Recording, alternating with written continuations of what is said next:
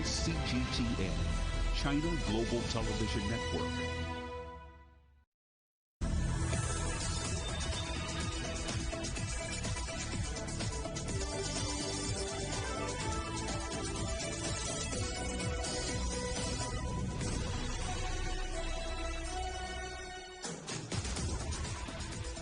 Hello there, welcome to Global Business Europe, live from CGTN in London. I'm Paul Barber. And I'm Robin Dwyer. Our top stories. A grave security threat. The British Prime Minister tells world leaders that action on climate change is needed now.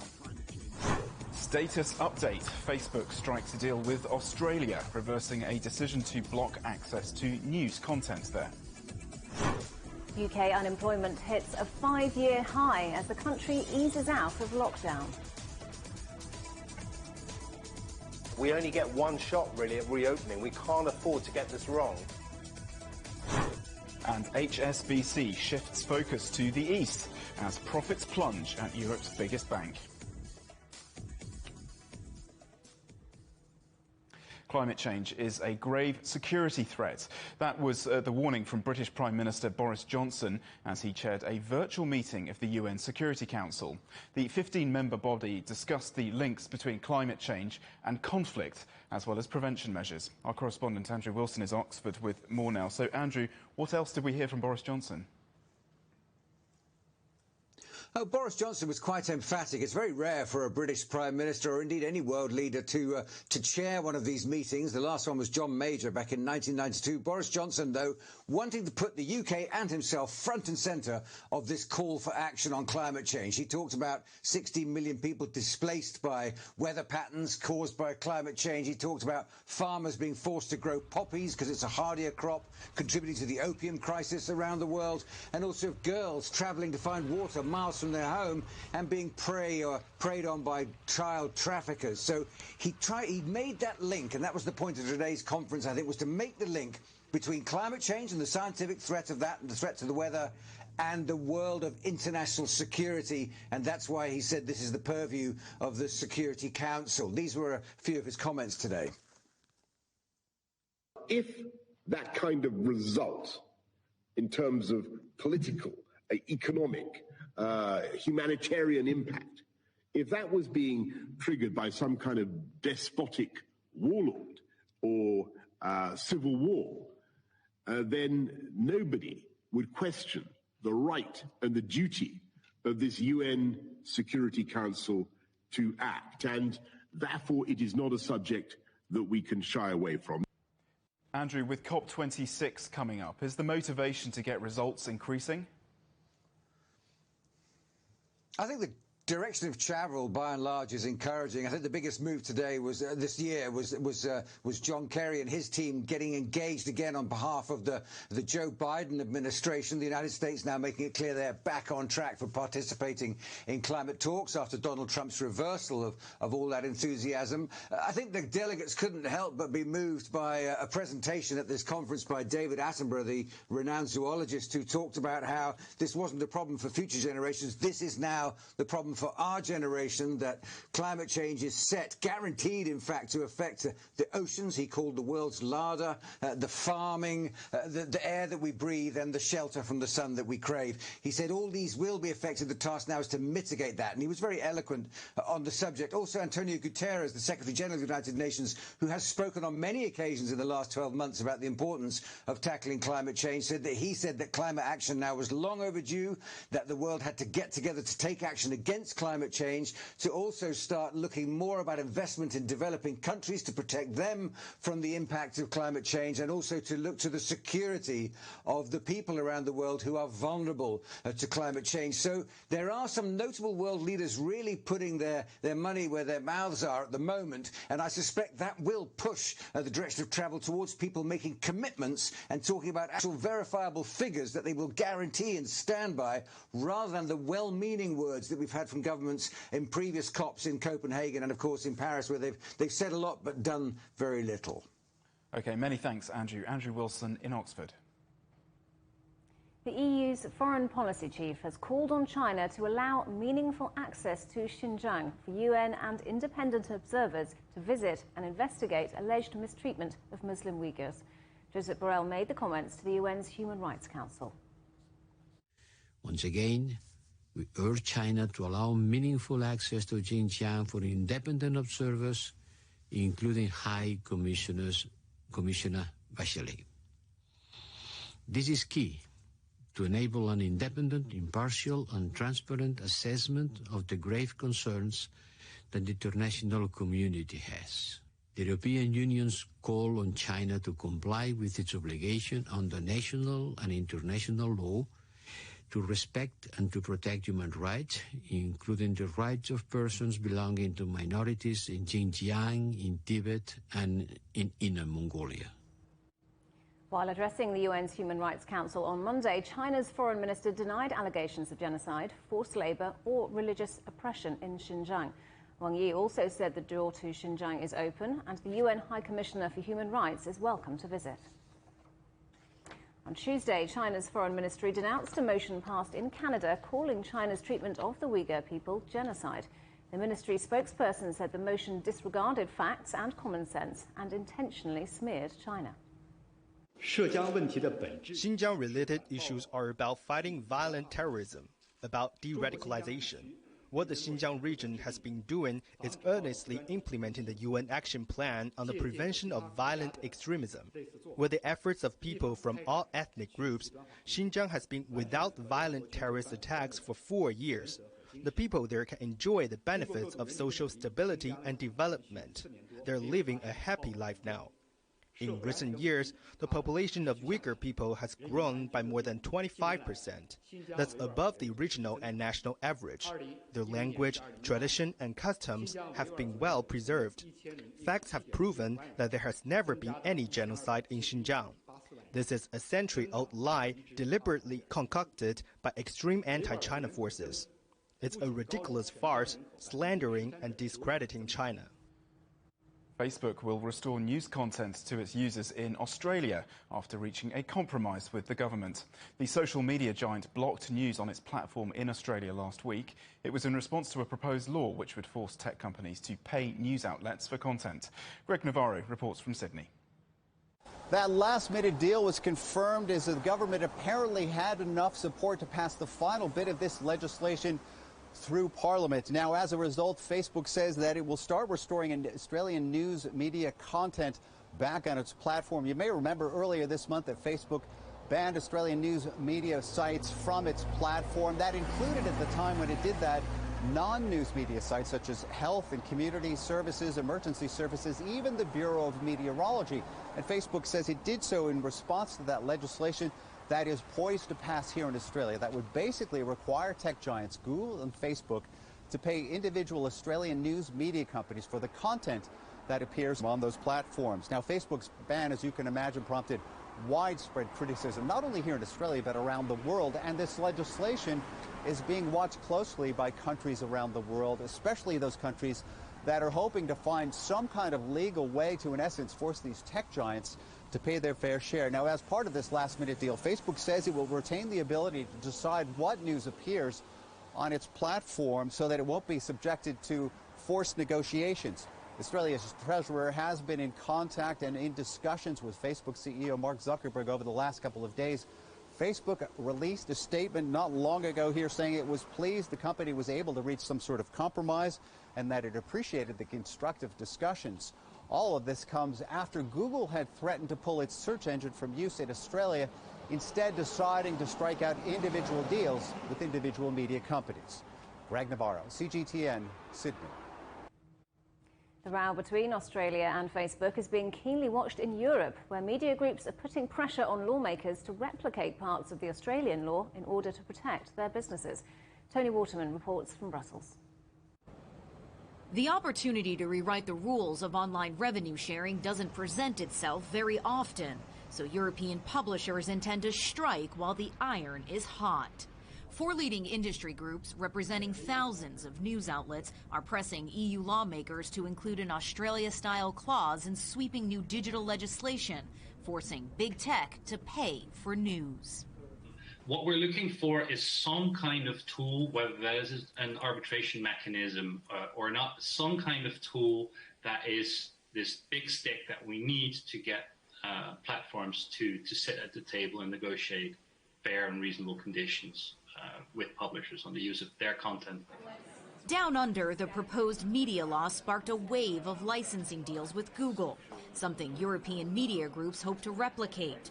Some experts believe content producers stand to make $2 billion a year in fees, a lifeline for an industry that has struggled to keep its head above water for years. Monopolies cannot go on very long relying their business model on the free use of content that they do not pay for. They do not compensate those that produce the content.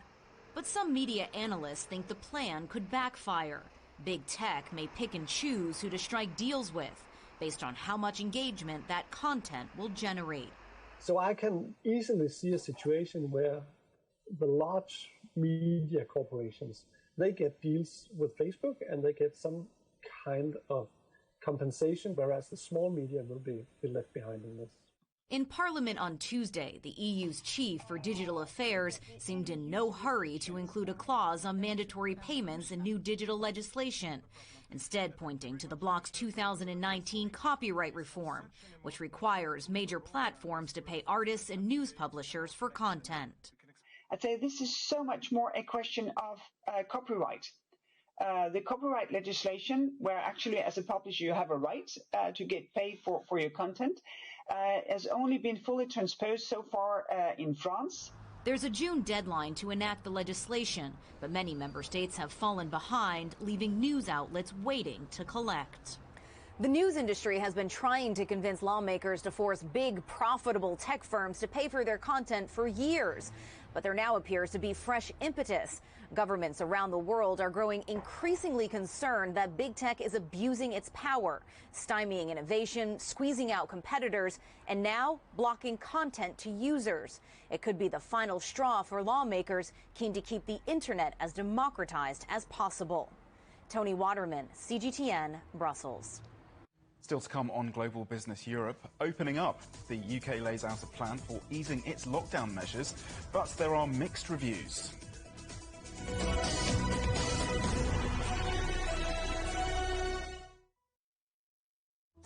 Search CGTN Europe wherever you get your podcasts to subscribe to The Agenda podcast. The Agenda with me, Stephen Cole, always gets to the heart of the story.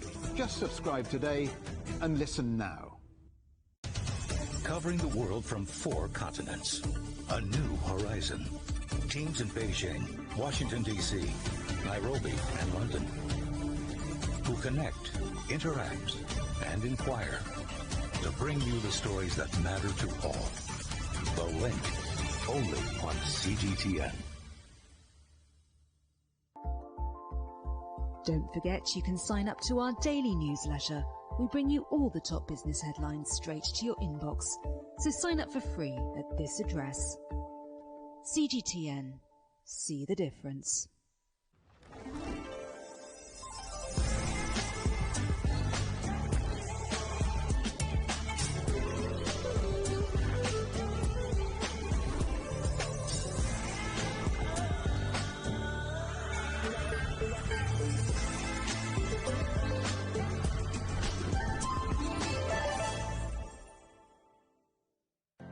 Mari, what would you say is a good question?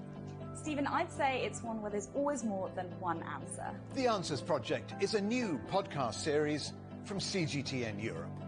With me, Stephen Cole. And me, Mari Beveridge. In each episode, we'll take a complex question. And with the help of some of the world's foremost experts, shine light on some of the answers. So join us for The Answers Project. Available wherever you get your podcasts.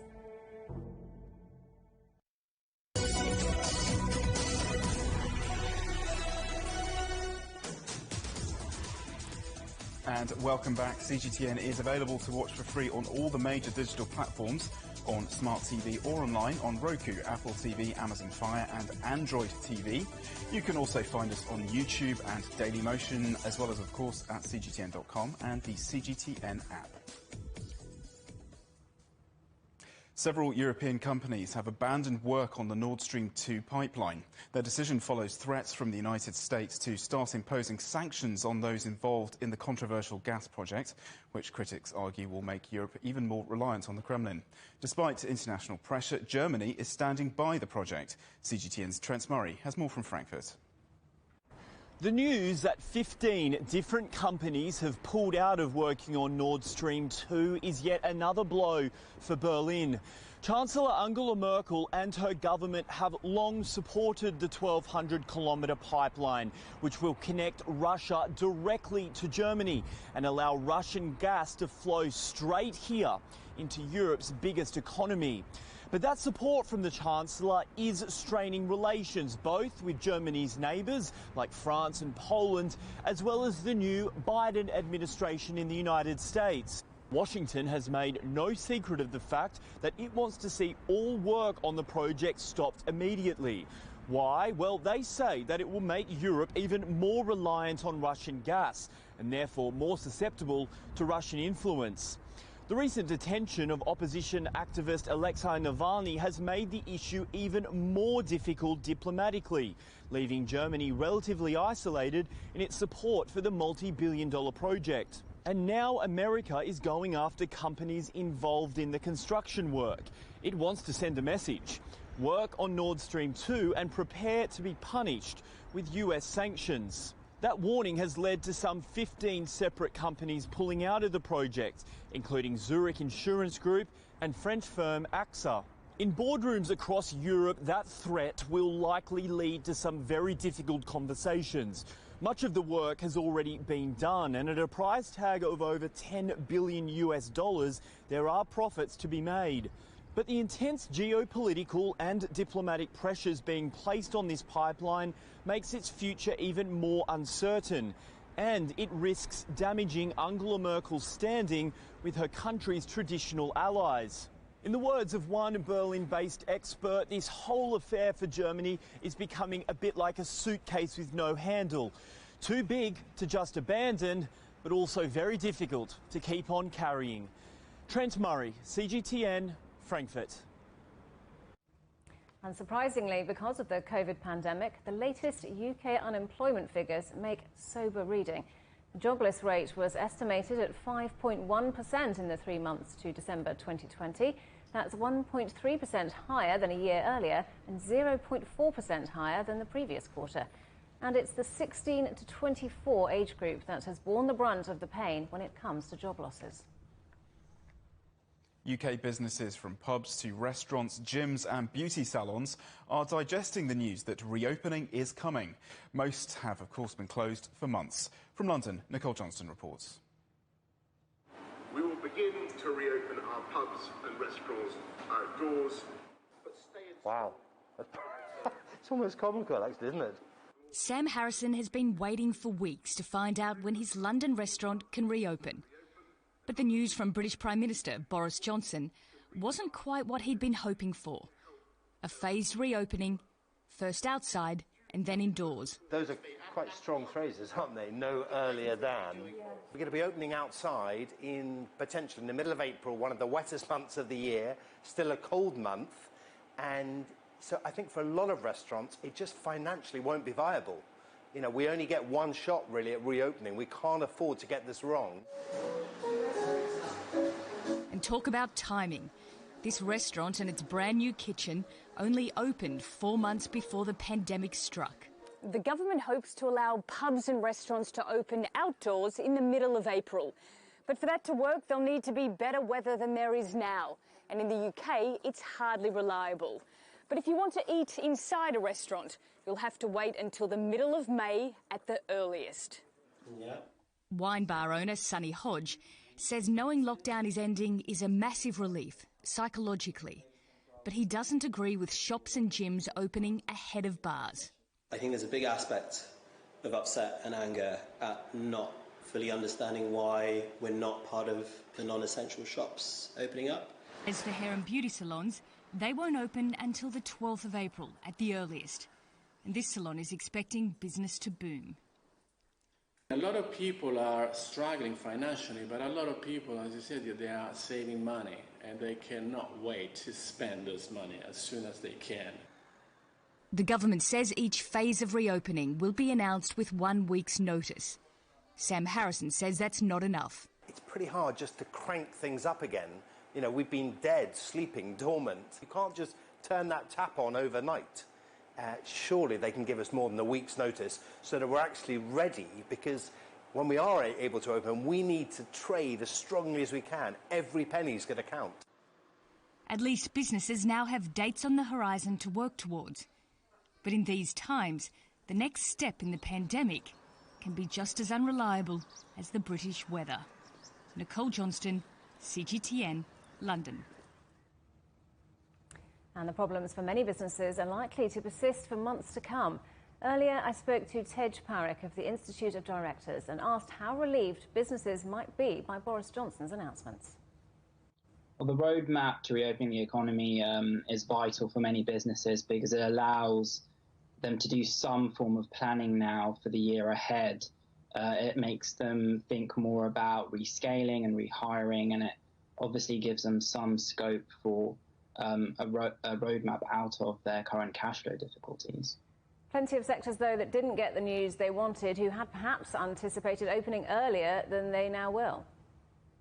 Yeah, there's a lot of issues for those in the hospitality, leisure and retail sectors, of course, because these are sectors where there's a high level of customer interaction, face-to-face interaction, which means social distancing and restrictions will continue to affect them.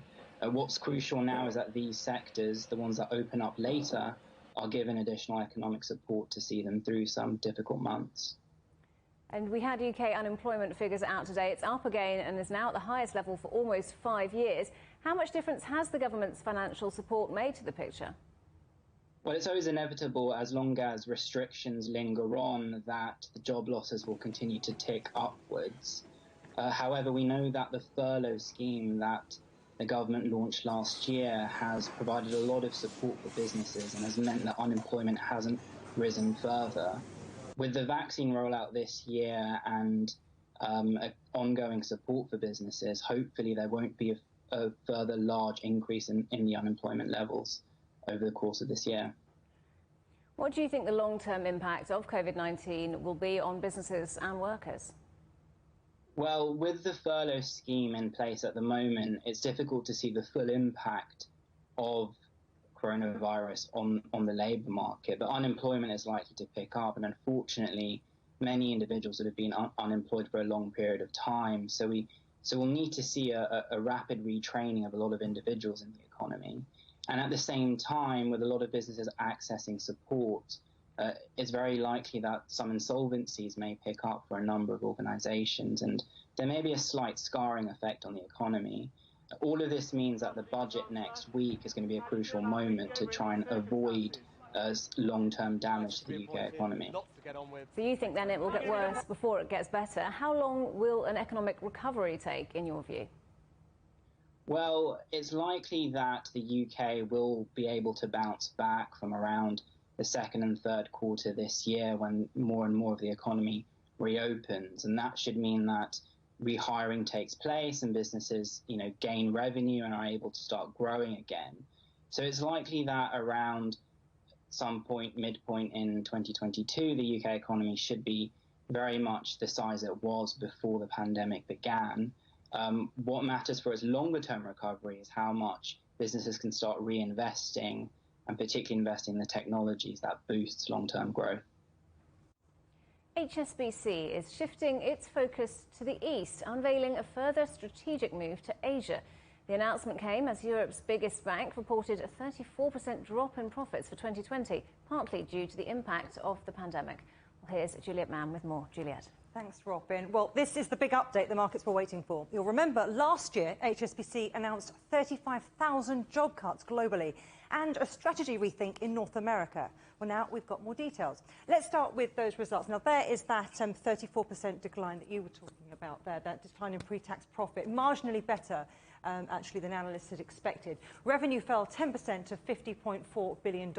Now, those numbers highlight the pressure on the banking sector as low interest rates around the globe take their toll on margins, which is why HSBC is turning its attention to Asia, where it already makes most of its profit. The bank will pump in around $6 billion into the region over the next 5 years, and it's going to focus mainly on its wealth management business in Greater China. Staff are going to be relocated from London and from other European locations to markets like Hong Kong and Singapore and India. In fact, HSBC plans to cut its office footprint by 40% over the long term, acknowledging a dramatic change in working patterns as a result of the pandemic. The bank also says it's exploring options for its US retail banking franchise. 80 branches were closed there in the last year, and it's in talks to sell its struggling French unit. Now, all this makes business sense, but so far, the pivot to Asia has not been plain sailing. Last year, HSBC was criticised for its endorsement of China's national security law in Hong Kong, and the bank was admonished by British lawmakers for closing the accounts of pro-democracy activists. Here's Richard Kimber in Hong Kong. HSBC is betting big on Hong Kong and big on the rest of Asia after a tough 2020 in which its profit dwindled for much of the rest of its global operations. The bank has backed the national security law here in the city, and Chief Executive Noel Quinn says the bank is considering moving some of its top executives who are not already in this region over to Hong Kong to try and get them closer to what he calls is the action of the real growth story globally. The macro growth stories in China and India are certainly a big draw, but also the fact that analysts say that there's likely to be an increase of more than 10% every year for the next 5 years of the number of individual Hong Kong residents who have liquid assets of more than $1 million. That wealth management growth story is very appealing for the likes of HSBC, which analysts say is uniquely positioned to capitalise on that because of its long-standing tradition of operating here. There's also going to be a resumption of dividend payments. That's going to be welcome news for local investors, many of whom sold off their shares last year in frustration at those dividends being axed and a suspension of share buyback plans. The bank has since recovered those losses, and in terms of its Hong Kong growth story, things look slightly more promising than they may do elsewhere in the world. Richard Kimber for CGTN in Hong Kong. Well, Francis Coppola is an independent banking analyst, and I asked her how hard it will be for HSBC to achieve its targets. Well, I think its medium-term return on equity target looks quite challenging, actually, because although it's apparently making this big strategic move to the Far East, it's still hanging on to all sorts of bits and pieces everywhere else. So it's trying to become a wealth management and commercial banking leader based in Hong Kong and opening up to Singapore and maybe to mainland China. At the same time as it's got an important UK retail franchise, it's hanging on to investment banking, and it doesn't seem to know quite what it's going to do with that, given that that industry is now concentrated in the big American banks. It's got a US retail franchise, it's got a French retail franchise, it's talking about selling them. But it still seems to have an awful lot of plates that it's trying to juggle, and I'm wondering where its focus is going to be. Now, part of this is, of course, quite a drastic response to COVID. But do you think that this is a pandemic story or a Brexit story? It's a bit of both, and it's also a long-term strategic shift. HSBC's roots are in the Far East. I mean, the clue is in the name. It was Hong Kong and Shanghai Bank. That's where it comes from. So it's always had this Asian presence, and there's always been this bit of tension between its call to the Far East and the new markets there and its markets in the West, which in a way entered a little bit later, but have become quite important to it. So it's always had this slightly uncomfortable position, but I think that Brexit and COVID between them have concentrated it more. So, for example, Brexit made it much more difficult for it to continue in Europe, and the COVID pandemic has forced it to think very hard about the way in which it does banking, particularly in the West, because it's got expensive property portfolios, it's got a lot of staff, it wants to cut its high street branches, maybe in some countries it wants to get out of retail banking. So there's not just the pivot to the Far East, there's also the move to distributed working, and a general feeling that somehow everything's changing. One of the things that interested me about this was the focus on wealth management, which suggests to me that we've got another pivot going on here, away from investment banking and that kind of market-led strategy towards wanting to tap into the huge amounts of savings from the newly rich classes in the Far East. It's interesting, isn't it? Because if we look back to the financial crisis of 2008, HSBC seemed to be this shining example of being nimble in the industry. Do you think, though, they're in trouble now? They seem to be struggling to decide which way to go, and I think that maybe reflects the uncertainty of our age. It's not a simple problem, it's like a paradigm shift, and banks are responding to it in different ways. Are we all going to work at homes in the future with only small footprints in offices, or are people going back to offices? HSBC is moving towards, we'll have most people working at home and only have small presences in offices. Barclays is going in the opposite direction. We don't know at the moment which will be the long-term way forward for this. Maybe we'll end up with some kind of mixture. Metal fatigue may have been behind the engine failure of a Boeing jet at the weekend. The US aviation regulator says the engine caught fire shortly after takeoff. It left a trail of debris on the ground in Denver. Following the incident, United Airlines grounded all its Boeing 777s until inspections could be carried out. UK airlines and travel firms are seeing a surge in demand. It follows the government's announcements that foreign holidays could be allowed from May the 17th. EasyJet says summer bookings are 4 times higher than last week. The firm's package holiday unit says demand is up 7-fold. Tesla founder Elon Musk says he lost more than $15 billion on Monday. Shares dropped 8%, Tesla's biggest decline since September. Musk said over the weekend that Bitcoin prices seem high. 2 weeks earlier, Tesla had added over $1 billion in Bitcoin to its balance sheet. And Hyundai has revealed a new electric car. It includes ultra-rapid charging technology. The South Korean firm says batteries can go from 10 to 80% in just 18 minutes. Previously, this sort of tech had only been available in high-end sports cars like Porsche. Still ahead on CGTN. US President Joe Biden calls on Americans to come together to defeat coronavirus as the US death toll surpasses 500,000.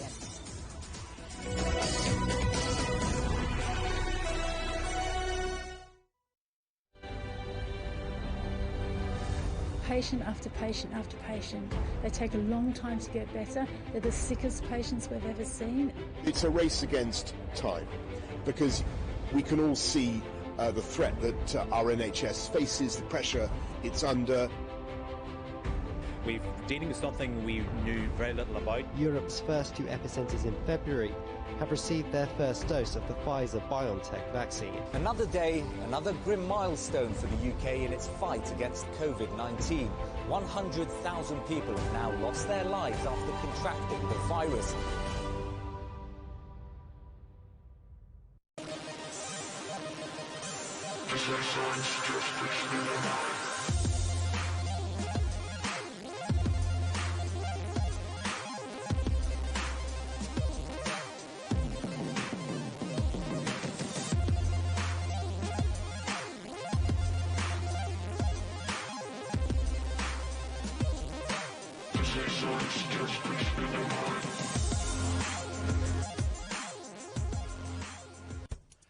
On the agenda with me, Stephen Cole, we look up into space.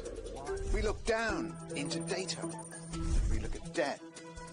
We look at politics. We look at opioids, climate change. We look at all the issues that really matter around the world. But you matter too. We want to tell the stories you want to see and hear about. Make it your agenda.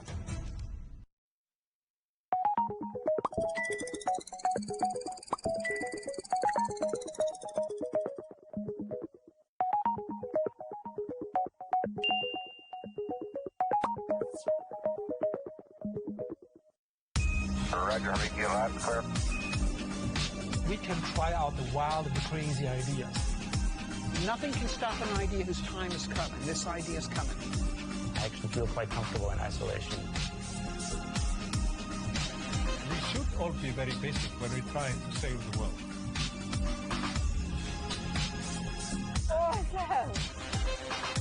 We hope it will happen. We have to live in hope.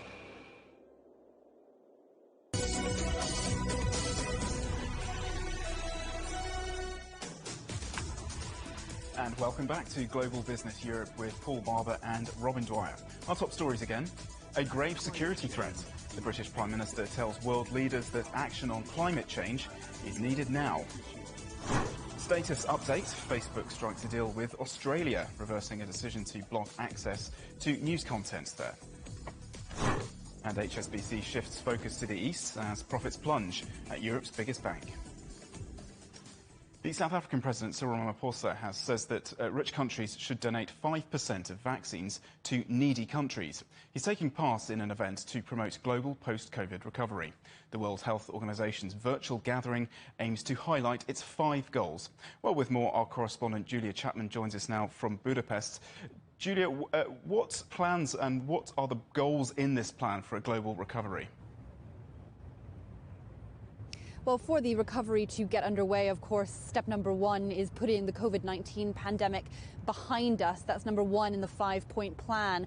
And then once that has been achieved, the others include ending the hunger crisis, ensuring that education gets back up and running, protecting the planet, and advancing equity for all. And these are the ideas that this group, the WHO, the European Commission, and a number of others, is really trying to urge world leaders to put at the top of their minds when it comes to building the recovery going forward. Of course, governments are now dedicating a huge amount of money to their recoveries and trying to get their countries back on track in the wake of the pandemic once it has been put behind us for once and for all. But these groups are really stressing that this needs to be a sustainable recovery, really focusing on equity across the globe for lots of different groups and really focusing on some of those areas that have fallen to the wayside over the last year or so since COVID-19 came into our lives. Of course, education has taken a really big hit. A lot of poorer communities have been out of work, exacerbating hunger problems. So these are some of the areas that they really want governments to be focusing on going forward. And Julia, the WHO has a pandemic prevention plan, doesn't it? Tell us a little bit more about that. That's right. As well as looking forward, the WHO wants us to reflect on the year that's gone by and really learn the lessons of the pandemic and take those going forward to both prevent future pandemics and to be better prepared for them if they do come around. And a lot of these areas that they are putting emphasis on are very similar to the recovery areas, making sure that there is a sustainable movement going forward, ensuring that there is equitable access to healthcare, ensuring that systems are more, institutions are more resilient if there is another pandemic in the future, but also a really big emphasis on the environment. Of course, the WHO has yet to present its findings from its trip to Wuhan, trying to get a greater understanding of the origins of COVID-19. But in its recovery manifesto, it did say that 60% of infectious diseases in humans come from animals, and therefore protecting wildlife and looking after nature is of the utmost importance, not just for the environment, but for health going forward as well. Julia Chapman in Budapest. Many thanks. US President Joe Biden has called for Americans to remember those who've lost their lives to COVID-19 and work together to defeat the disease, as the death toll from the virus in the United States passed 500,000. Earlier on Monday, Biden also pledged to do more to help small and minority-owned businesses weather the economic impact of the pandemic. Giles Gibson reports from Washington. A minute's silence and candles burning at the White House to remember the victims of COVID-19. A month after taking office, US President Joe Biden is trying to lead his country out of this crisis and comfort a nation in a constant state of mourning. Let this not be a story of how far we fell, but of how far we climbed back up. We can do this. For in this year of profound loss, we've seen profound courage from all of you on the front lines. I know the stress, the trauma, the grief you carry, but you give us hope. You keep us going. You remind us that we do take care of our own, that we leave nobody behind. This is just the latest tragic milestone in America's coronavirus struggle. In September last year, 20,000 flags were placed on the National Mall in Washington, each flag representing 10 victims of COVID-19. Then came a brutal winter surge, pushing the death toll from 200,000 in the autumn to more than double that now. The US also has the highest recorded death toll from the coronavirus pandemic anywhere in the world. But with only a handful of countries rolling out vaccines faster, there's cautious optimism that it's starting to get its deadly outbreak under control. And despite winter storms disrupting deliveries last week, vaccines appear to be making a mark. Giles Gibson for CGTN in Washington. Well, for more on this, we can talk to Jim Spellman, who joins us now from Bethesda in Maryland. So, Jim, as we were hearing there, this is a grim milestone that the US has now reached, but it seems that the worst is now behind it. That certainly is the hope, and I can tell you that just so many Americans are just so weary of the whole thing. And to add a little perspective, 500,000 deaths, that's more than the U.S. combat deaths in World War I, World War II, and Vietnam combined. It's just a staggering loss that the country has gone through. But there is reason for hope, mostly because the cases have been falling so dramatically. We're averaging now about 65,000 new cases a day, which is still a stunningly high number, but that's down 75% from the peak last month of about 250,000 new cases a day. The White House COVID team says because of that, we could see more things begin to reopen, including schools. People are so desperate for schools to reopen. That could become possible if the infection rate falls to a low enough level. The White House also focused on the economic hardship brought on by this pandemic. They're focusing on moving that massive $1.9 trillion relief bill through Congress. It's expected to pass through the U.S. House this week. It will then move to the Senate, where it is expected to be a tight vote. They hope to have it passed by the middle of March. That's when some of these expanded unemployment benefits will expire. The hope here is that the pandemic, the public health issues will decrease, and the economic stimulus will kick in, and that the summer looks much better than we've seen over this winter or much of the last year. Robin? And Jim, alongside this, we have the vaccination rollout. How's that progressing? Well, you know, it's still extremely frustrating because most Americans simply cannot get the vaccine now. There is progress being made, averaging now about 1.6 million doses being administered every day here in the United States. The manufacturers of the vaccines that are authorized for use in the U.S. are testifying right now at a congressional committee, and they are saying that they have been able to work out some of the manufacturing problems that had slowed production, and they now expect to be able to produce about 140 million additional doses between now and the end of March. The goal to have 220 million doses out into communities by the end of next month. Johnson & Johnson is expected to receive emergency use authorization very soon for its vaccine, but they say they can only deliver about 20 million doses of their single-shot vaccine by the end of next month. They're expected to deliver 100 million by the end of June, but Dr. Anthony Fauci says most of those are expected to come more towards the summer, not now. It is extremely frustrating, largely because despite social distancing efforts, campaigns to get people to wear masks, none of that has particularly been effective before. And we've been here before where cases fall,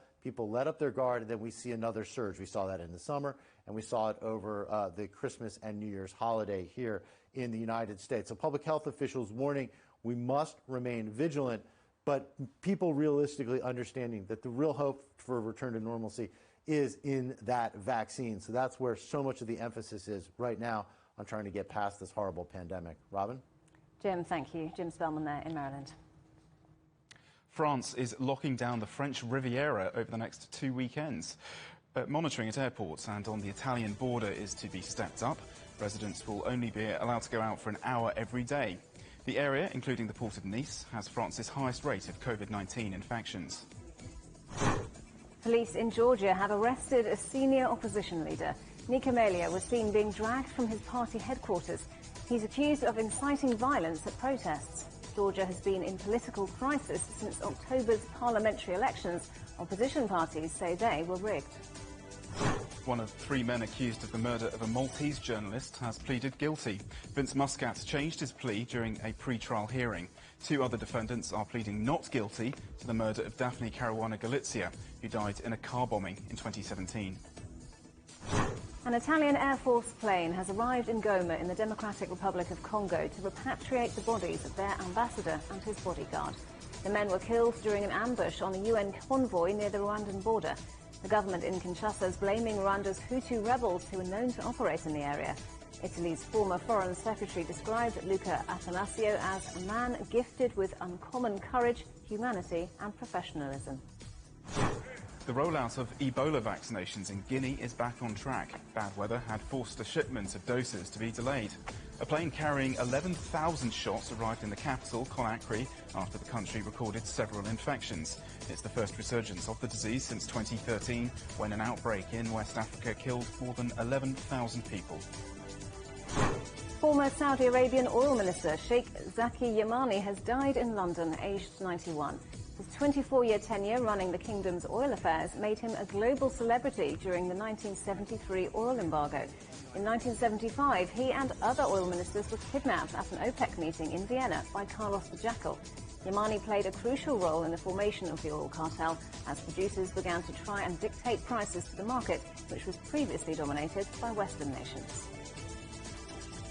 You're watching CGTN. Still ahead, how 5G technology is stealing the thunder at Asia's largest communications tech gathering.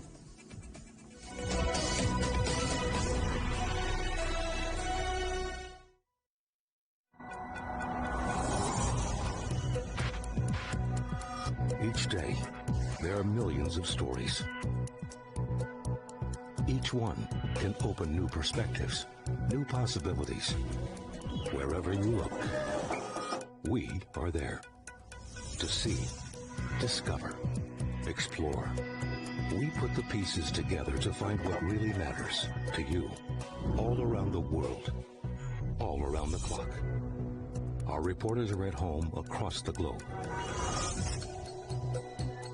From our headquarters in Beijing and production centers in Washington, Nairobi, and London, China Global Television Network. Stories from across the globe, reaching people across the globe. CGTN. See the difference.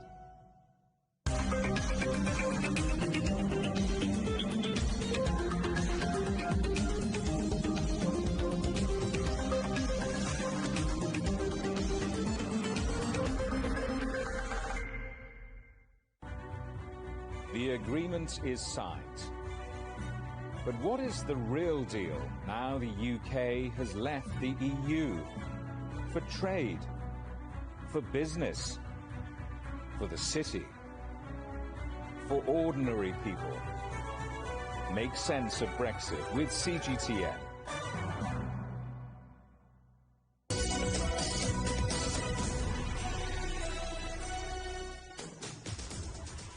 Hello there, welcome back. When the UK voted to leave the European Union in 2016, there were about 3.5 million EU citizens in the country. Since then, uncertainty about their status has led many to return home. They include many highly skilled professionals. Our correspondent Natalie Carney has met one of them. Daniel Kuhn moved to Glasgow, Scotland in 2013. The German professor in geology was lured there by the Scottish Highlands. He and his wife enrolled their 2 sons in school and bought a house. Then a few years later, in 2016, the Brexit referendum was held. I remember getting up at 3 or 4 in the morning, trying to check. And then it was clear that they voted to go out, and we were completely shocked. I mean, for us, this was like really, really bad. Kuhn says anti-European sentiment began to build. Added to that was the prospect of an uncertain future in the UK. They felt it was time to leave. It was like a nightmare that became worse and worse and worse and worse, because it turned out to go more and more and more towards this really extreme Brexit idea, and also politics became more and more extreme. Kuhn eventually found a job at the Friedrich Alexander University in Germany's southern state of Bavaria, and the family moved back in 2019, just before COVID hit. There are no official statistics on how many German scientists and academics have made their way back to Germany, but it has been noticeable, particularly here in the southern state of Bavaria, which has been benefiting from Brexit, not only with returning Germans, but also international academics and students. Bavaria's Minister of Science says several universities in the state have reported heightened interest from professors in the UK since the Brexit vote. What are you noticing? The number of applicants from the UK has increased, and the number of appeal procedures has increased significantly. You can already feel it. To entice top international scientists, Germany has launched a number of initiatives, such as Bavaria's high-tech agenda, which comprises of a €2 billion investment to create 1,000 new professorships, 10,000 new university study places, and more than 20 new top research centers. At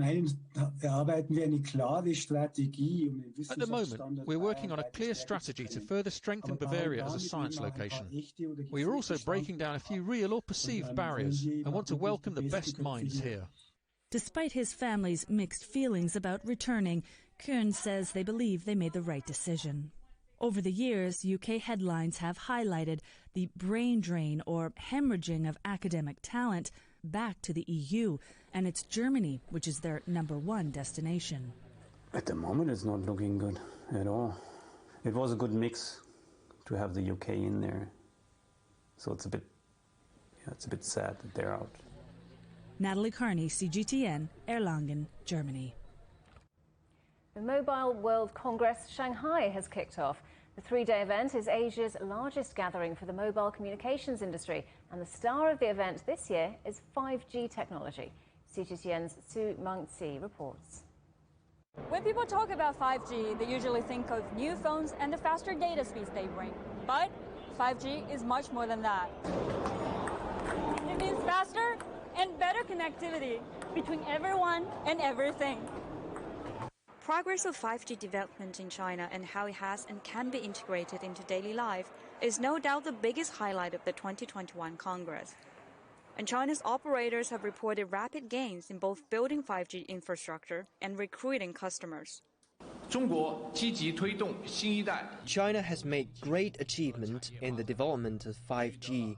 So far, we have built over 718,000 5G base stations, which account for about 70% of such stations globally.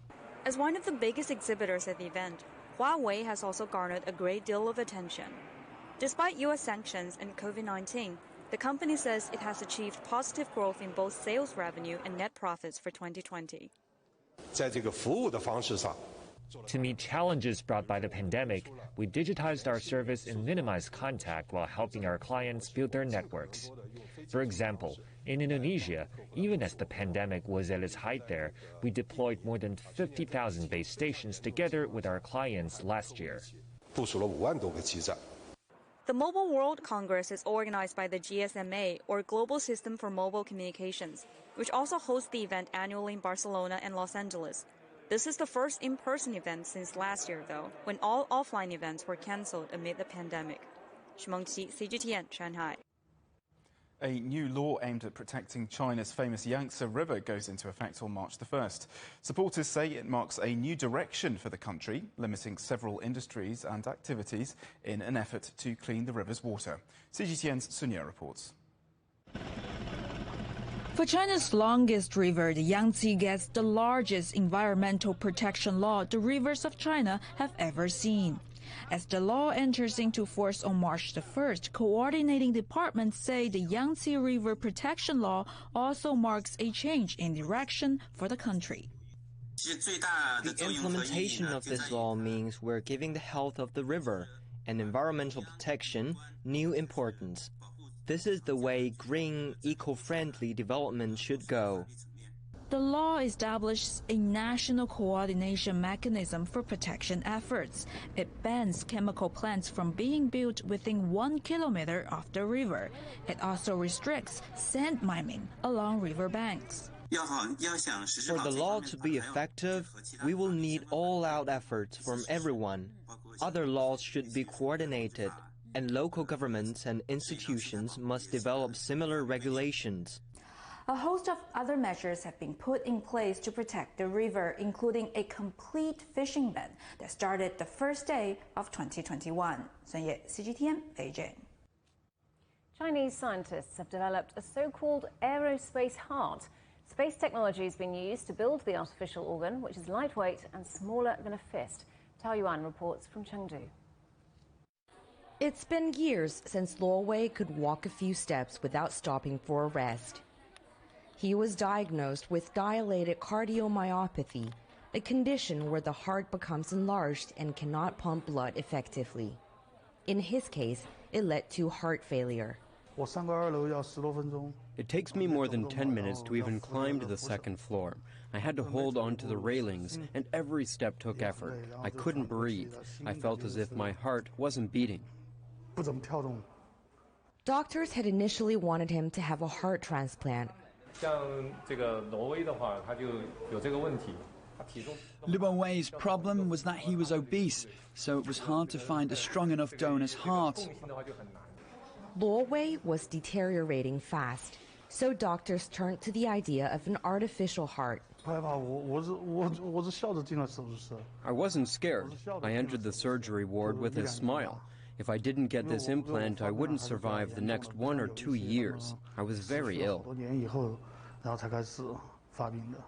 Luo Wei's new heart is called the HeartCon, developed entirely by Chinese scientists. Here's how it works. An artificial pump is placed inside the patient's body, which partly takes over the heart's function to deliver blood through the vessels. It uses a magnetic and fluid levitation technology similar to those used in rocket systems. In fact, the artificial heart is a long-term cooperation between medical and aerospace scientists. Countrywide, 10 heart failure patients have undergone a HeartCon implant. The device is still in clinical trial and is provided without a cost.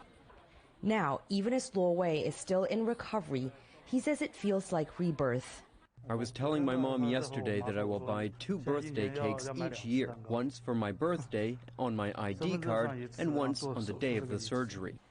Doctors say they have to closely monitor Luo's recovery to see if the device is going to be with him for life.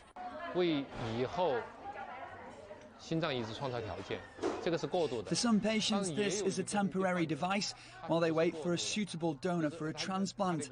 But for others, there won't be a better cure, so this device is the ultimate treatment.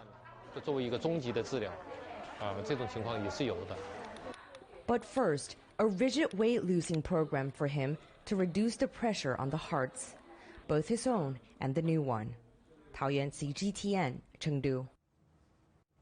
One hospital in Germany has found a new ally to help staff and patients get through the pandemic. Francie is the hospital's new cleaning robot who patrols the corridors at Munich's Neuperlach Hospital 3 times a day. In addition to keeping surfaces spotless, she can talk, shed robot tears and sing German pop songs. More at europe.cgtn.com. And finally, Berlin Zoo is celebrating its first gorilla birth in 16 years. It's child number 1 for mum Bibi, who's an older mother at 24 years old. Dad, who is 16, goes by the name of Sango. Baby weighed in at 2 kilos and has yet to be given a name. Keepers have not been able to get close enough to see the gender. Well, I think parents of all species will be able to relate to those pictures of a rather tired couple. Our top stories again now. A grave security threat. The British Prime Minister tells world leaders that action on climate change is needed now. Facebook strikes a deal with Australia, reversing a decision to block access to news content there. And HSBC shifts focus to the east as profits plunge at Europe's biggest bank. Well, that's it for Global Business Europe. Thanks very much for watching. More on all our stories at europe.cgtn.com, on the CGTN app, and follow CGTN Europe on Twitter, Facebook and Instagram. We're available to watch on smart TV apps like Roku, Apple TV, Amazon Fire and Android TV. You can also find us at YouTube and Dailymotion. Coming up next, it's Africa Live. From all of us here in London, goodbye.